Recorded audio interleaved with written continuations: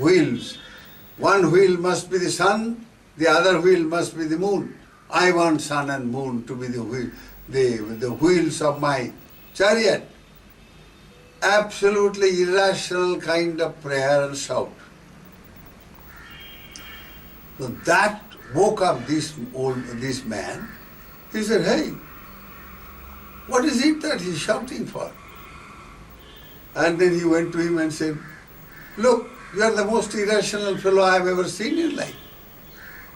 How can you get the sun and moon and to be the wheel of your chariot? You are mentally off." He says, "Look, gentlemen, who is off? Me or you? I at least can see the sun and moon, and everybody can see the sun and moon in the daytime or in the night time. You who have burnt your sun into ashes, who can never appear, and you cry and say, I'm seeking his appearance in front of you. Who is the one who is a greater deluded fellow?" This totally moved the Brahmin. He came to his senses. He said, "Oh, young man, how true you are." And he fell at his feet literally and said, "You saved me. You have brought wisdom in me. I am the foolish man. I am the deluded man. A dead person can never return." Who are you, by the way? Are you a Gandharva? Are you a Deva? Are you a human being? Who is your father? When he asked, beseeched in a very pitiable way, he told him, "Look here, I am so and so. And it is because of your miserliness this has happened. But at the last moment I saw the Buddha projecting his majestic spirituality in all its glory on me. The compassionate mind, and that uplifted me in a state of profound devotion. You did not allow me to go and visit saints. You only sent me to the Pathsala.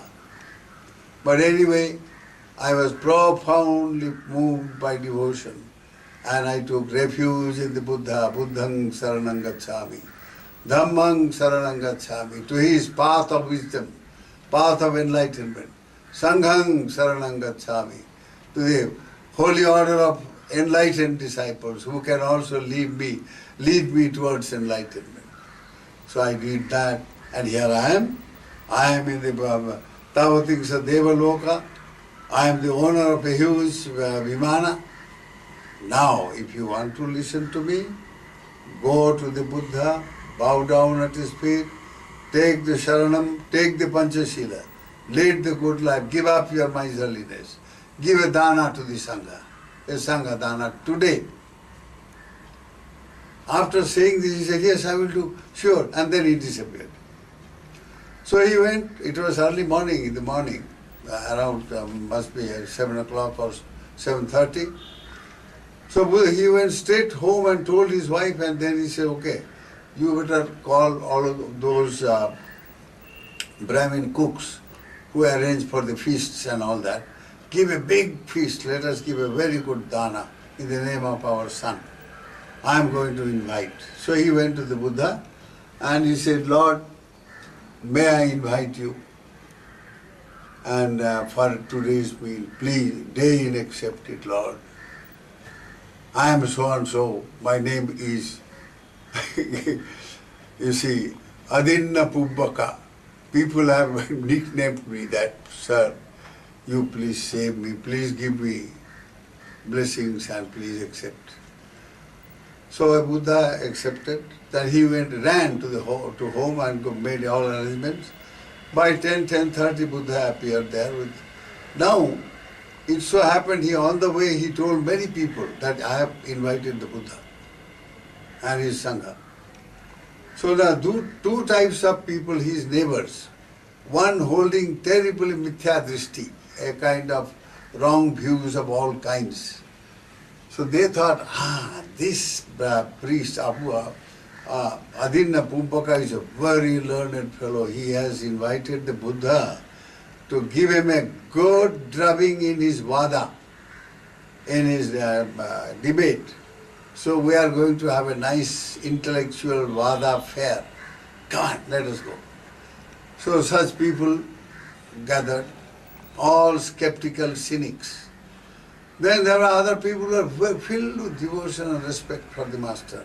Now there was Sammaditthika.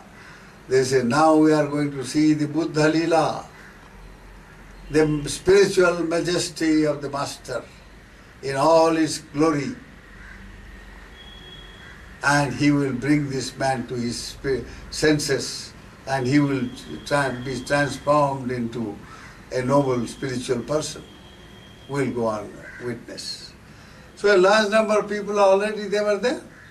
So when the Buddha went and he did exactly the same, he went and he was received with great reverence, sat down and received the pindapata, the food, and after eating, the Buddha then thought, now in a situation like this where all kinds of people have gathered, you have to have something very, spectacular. So he plunged into meditation and made an act of will. Let the deity Mattha Kundala appear and tell the story. I need not tell the story. Mattha Kundali appeared. The Deva Mattha Kundali now appeared in all his glory with the Vimana, right there.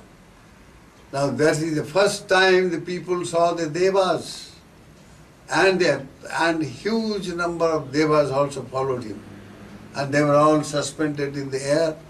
They also saw these human beings, and that is how it was a most spectacular, absolutely unthinkable, incredible sight.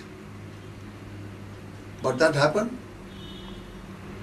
It's a true story. So there he recalled, he said, he went first of all and fell at the feet of the Buddha. Lord, it is your grace. I took refuge in the Buddha, Dhamma, Sangha, and I am here in this way. And here is my erstwhile, my father. He needs the compassion, Lord. Shower your compassion on him. So that is how Buddha gave a discourse on that occasion. And this is the gatha that he breathed forth, which I mentioned. Mind precedes all mental states. Mano pubbangama dhamma mano sattha mano mayam manasache pasannena bhasate vakaroti va tato nang duk sukhamanveti chaya va anapayine. Mind precedes all mental states. Mind is their chief. They are all mind-wrought. If with a pure mind a person speaks or acts, happiness follows him like his never departing shadow. So long there is the body, so long there is also the shadow. If you stand, the shadow will stand. If you sit down, the shadow will sit down. If you walk, the shadow will walk. You can never dispense with your shadow. You can never get rid of your shadow. So once you have committed an action, particularly a very, very profoundly moving good action,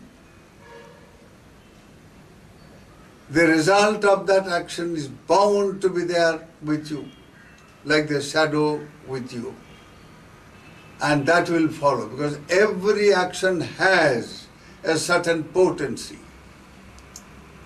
It's like an action has been compared with a bija, karma bija. Now the bija, in the state of a bija, in the state of a seed, is just plain, you see, it's not activated but a dormant force. It's a dormant force lying there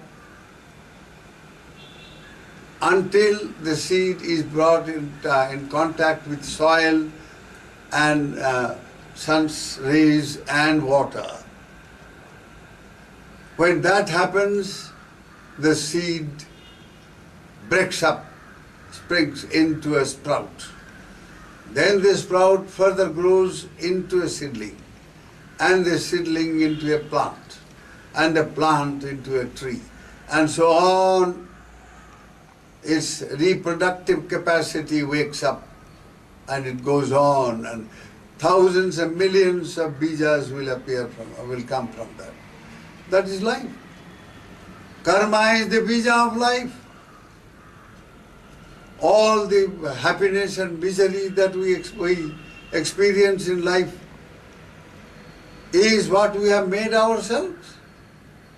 We are the creator of our destiny. We are the creator of our happiness and misery. It's not a God who is bestowing happiness on us, or a guru, or a religion, or a theory, or a doctrine, or a caste, or a country. Nothing. It is our own action. This young man, this boy, at the last moment, with a profound sense of self-surrender, surrendered his life totally to the feet of the Buddha, knowing here he is an enlightened Lord, knowing he is a spiritual giant capable of infusing spirituality into his life and transform his life. He is the urge of the Buddha's compassion to free him from the suffering of the world at that particular moment, death moment, when suffering is intense.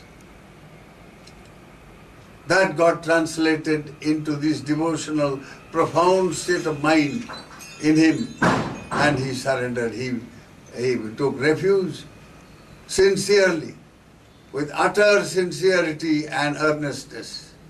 The result, the mind got transported into a higher plane, the plane of the divine realms, and he was born as a Deva. And later, after hearing this discourse, there was a spiritual transformation. Large number of those Devas and human beings were all there. Skeptics were completely transformed into most devout and positive-minded spiritual people. And it is said that right there, Matta Kundali Deva became Sotapanna, transformed into an enlightened being who has entered into the stream, irreversible stream of Nibbana, never to fall back into this worldly existence. And this old miserly old father, he too was transformed. He had all the required parami, obviously. So he also became a Sotapanna. Completely transformed. His whole future got transformed. Within 7 lives he is bound to get the state of an Arahat and entered into the highest state of enlightenment and Nibbana. So this is how the miracle of the Buddha's compassion. Buddhas are not ordinary human beings or gods or Brahmas or all that, no. They represent the supreme state of spiritual perfection, supreme state of enlightenment. They have the mind of omniscience, Sarvajna, all-knowing mind. My dears, we are lucky that we can hear the words of the Buddha. that we have the opportunity to practice the Dhamma of the Buddha. Never lose this opportunity. Put forth effort, develops Shraddha, wisdom-based faith. Practice Dana, free the mind from the meanness created by Tanha, craving. Practice Sila, purify your mind with virtue. Practice meditation. Metta Bhavana, Karuna Bhavana. Uplift your mind to the state of the Brahma gods.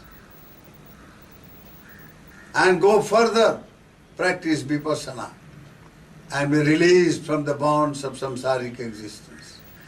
May the grace of Bhagavan Buddha surround your lives with wisdom.